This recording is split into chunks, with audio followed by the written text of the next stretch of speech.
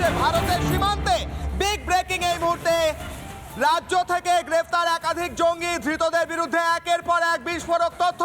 ভারতের সীমান্তে বাংলাদেশের সিম ব্যবহার, ভারতের মাটিতে বাংলাদেশের নেটওয়ার্ক, ভারতে বসে জঙ্গি কার্যকলাপ চালানোর ছক চলছিল। সীমান্তে অনায়াসে ব্যবহার করা হচ্ছে বাংলাদেশের সিম কার্ড। বাংলাদেশের নম্বর থেকে ভারতীয় নম্বরে অনায়াসে ফোন আসছে। কি চলছিল এই গোটা বিষয়, কি পরিকল্পনা ছিল, গোটা বিষয় নিয়ে প্রতিবেদন পাঠিয়েছেন আমাদের প্রতিনিধি টিটব। দেখব।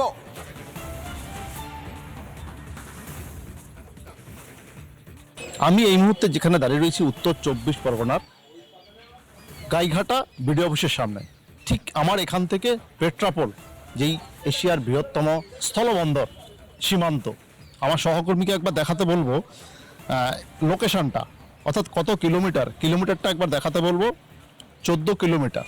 ঠিক এখানে দাঁড়িয়ে এখানে একটা চিত্র আপনাদেরকে দেখাচ্ছি এই মুহূর্তে, যারা রিপাবলিক বাংলা দর্শক যারা রয়েছেন। মোবাইল নেটওয়ার্ক, এখানে কিসের নেটওয়ার্ক পাচ্ছে একবার আপনাদেরকে সেই ছবিটাও একবার দেখাবো, সরাসরি আমার ফোন থেকেই দেখাবো। অর্থাৎ জঙ্গি যারা ধরা পড়ছে তারা প্রত্যেকেই বাংলাদেশি এবং বাংলাদেশের সিম কার্ড তারা নেটওয়ার্ক ব্যবহার করছেন। আমি যেখানে দাঁড়িয়ে রয়েছি বাংলাদেশের Banglalink, BGD, B mobile, এছাড়াও একাধিক নেটওয়ার্ক রয়েছেন যেগুলো বাংলাদেশের নেটওয়ার্ক। অনায়াসেই ভারতের মাটিতে দাঁড়িয়ে বাংলাদেশের নেটওয়ার্ক বা বাংলাদেশের সিম ব্যবহার করা যায়। এখান থেকে অনায়াসে নেটওয়ার্ক পাচ্ছেন।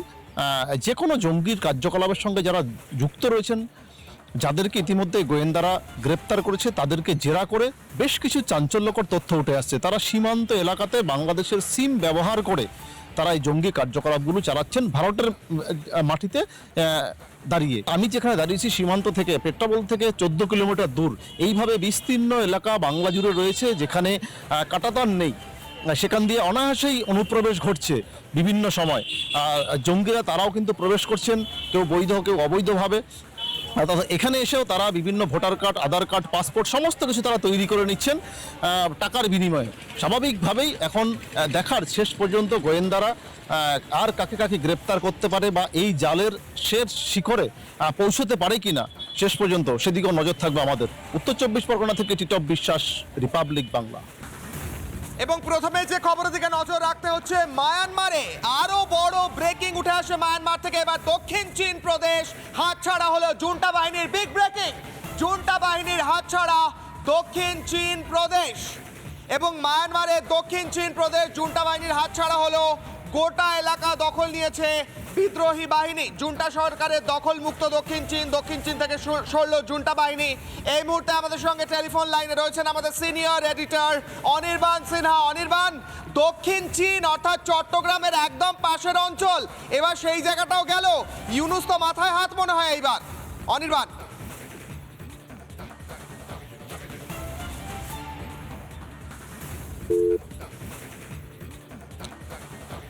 অনির্বাণের সঙ্গে যোগাযোগ করব।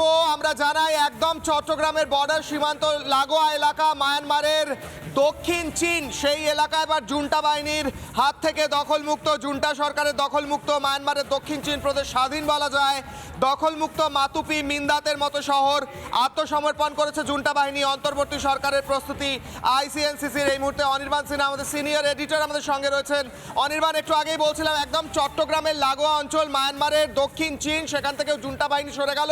বিদ্রোহীরা সেই গোটা এলাকার দখলে এই মুহূর্তে। ইউনুসের মাথায় তো আরো হাত পড়ছে মনে হয় এই মুহূর্তে। অনির্বাণ, নিশ্চিতভাবে দেখো কিষাণ, আসলে দুটো শক্তির লড়াই চলছে, একটা অপশক্তি এবং আরেকটি ভালো শক্তি।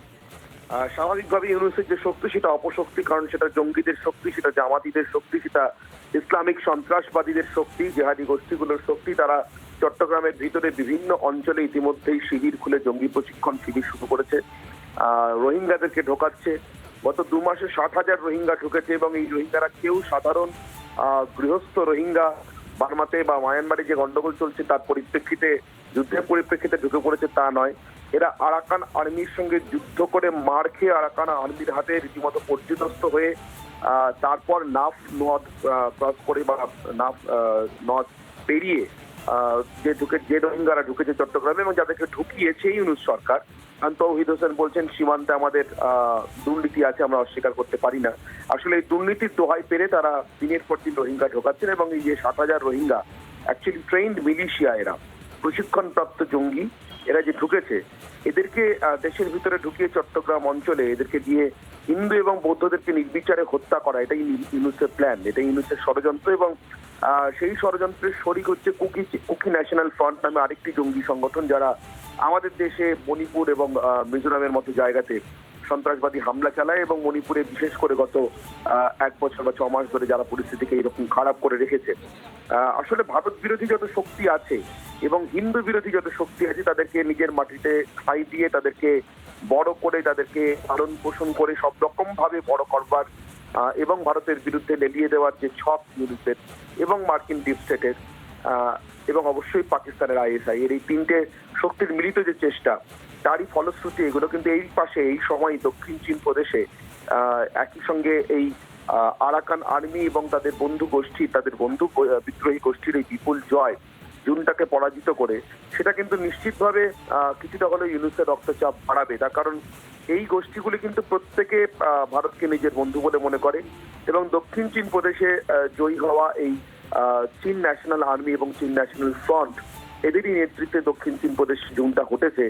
এরা কিন্তু একই সঙ্গে কুকি ন্যাশনাল ফ্রন্টকে, অর্থাৎ কুকি ন্যাশনাল ফ্রন্ট যারা যে কুকি চীন জঙ্গিরা ভারতের ভিতরে গন্ডগোল তৈরি করছে, যারা ভারতের ভিতরে দীর্ঘদিন ধরে সন্ত্রাসবাদী কার্যকলাপ চালাচ্ছে এবং চট্টগ্রামের মাটি থেকে পুষ্ট হচ্ছে, তাদেরকে কিন্তু ঘোষিতভাবে শত্রু মনে করে। তারা ঘোষণা করে দিচ্ছে যে এরা আমাদের শত্রু এবং এরা চীন আইডেন্টিটির উপরে আলাদা করে ক্রিশ্চিয়ান কোন স্টেট, মার্কিন ডিপ স্টেটের যে ষড়যন্ত্র সেটা অনুযায়ী কুকি চীন ক্রিশ্চিয়ান স্টেট এসবে বিশ্বাস করে না। এরা চীন আইডেন্টিটির উপর বিশ্বাস করে এবং সেই জায়গা থেকে ভারতের ভিতরে কোনো জমি এদের প্রত্যাশার মধ্যে নেই, এদের দাবির মধ্যে নেই। তারা মায়ানমারের ভিতরেই কাচিন এবং এই চীন প্রদেশটাকে নিয়ে সেখানে আলাদা স্বায়ত্ত শাসন দাবি করে এবং ভারতে যে ক্রিশ্চিয়ানকে ঢুকিয়ে দেওয়া হয়েছে, কুকি চীন ক্রিশ্চিয়ানদের ঢুকিয়ে দেওয়া হয়েছে চট্টগ্রামের ভিতরে অনেক উপজাতীয়দেরকে, চাকমা থেকে শুরু করে বিভিন্ন সংখ্যালঘু, অত্যন্ত সংখ্যালঘু উপজাতি, কোনোটার সংখ্যা 12,000, কোনোটায় 17,000 মাত্র পপুলেশন, তাদেরকেও জোর করে খ্রিস্টান ধর্মে ধর্মান্তরিত করে কুকি চীন জঙ্গি বানানো হচ্ছে কার্যত। সেটারও এরা ভয়ঙ্কর বিরোধিতা করে। তার কারণ এই কুকি ন্যাশনাল ফ্রন্ট এদের ঘোষিত শত্রু, তারা এদের বিরুদ্ধে যুদ্ধ করে এবং জঙ্গি জুনটা সরকারের সঙ্গে হাতে হাত মিলিয়ে যুদ্ধ করে। ফলে সেই জায়গা থেকে দক্ষিণ চীন প্রদেশ এই চীন ন্যাশনাল আর্মির দখলে যাওয়া, চীন ন্যাশনাল ফ্রন্টের দখলে যাওয়া, সেটা কিছুটা হলেও ভারতকে স্বস্তি দেবে এবং অবশ্যই ইউনুসের জন্য রক্তচাপ বাড়াবে। চট্টগ্রামে ইউনুস যে একতরফা ভাবে ভারত বিরোধী কার্যকলাপ, একদিকে ইসলামিক জিহাদি, অন্যদিকে কুকি জঙ্গিদেরকে তাদের প্রশিক্ষণ শিবির চালিয়ে তাদেরকে ভারতের বিরুদ্ধে রেলি দেওয়ার জন্য চালিয়ে যাচ্ছে, তাতে কিছুটা তো বাধা আসবেই এবং ভবিষ্যতে হয়তো সেখানে সরাসরি যুদ্ধের সম্ভাবনা থাকছে বিষলায়। বেশ, অত্যন্ত গুরুত্বপূর্ণ। অনেক ধন্যবাদ অনির্বাণ। নানা ধরনের কন্টেন্ট দেখার জন্য লাইক করুন, শেয়ার করুন আমাদের ফেসবুক পেজ, সাবস্ক্রাইব করুন আমাদের ইউটিউব চ্যানেল। পাশাপাশি অন্যান্য ব্রেকিং নিউজের জন্য অবশ্যই চোখ রাখুন রিপাবলিক বাংলায়।